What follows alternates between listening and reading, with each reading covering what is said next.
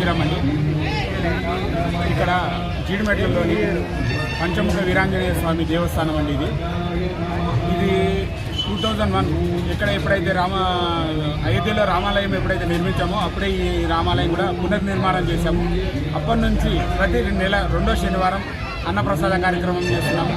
యథావిధిగా ఇప్పుడు దాదాపు 4 సంవత్సరాల దాకా అవుతున్నది.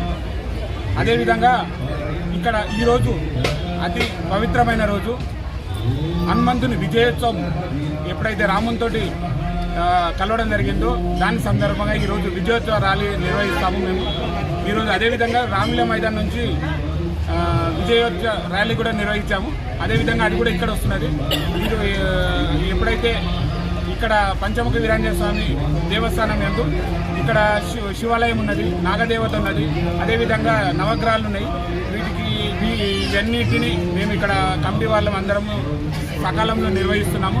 అదేవిధంగా ప్రతి నెల 2వ శనివారం ఇక్కడ అన్నప్రసాద కార్యక్రమం కూడా చేస్తున్నాము. గుడి చరిత్ర ఏంటంటే స్వయంభూ హనుమంతుడి అయిన గతంలో రోడ్ అనేది ఇక్కడ రైట్ సైడ్లో ఉండే, ఆ రోడ్డుకు ఆనుకొని అప్పట్లో దొంగలు ఎక్కువ ఉంటుండే.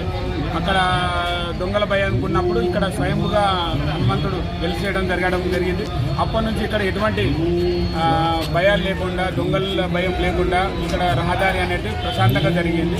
అందుకే అతన్ని ఇక్కడ ఏ మొక్కులు మొక్కినా కానీ 100% వాళ్ళకు అనుకూలంగా సిద్ధిస్తాయి. అదేవిధంగా ఎవరు మొక్కినా వాళ్ళకు కోరికలు తెలియజేస్తున్నాను. కమిటీ తరఫు నుంచి తెలియజేస్తున్నాను. జై శ్రీరామ్.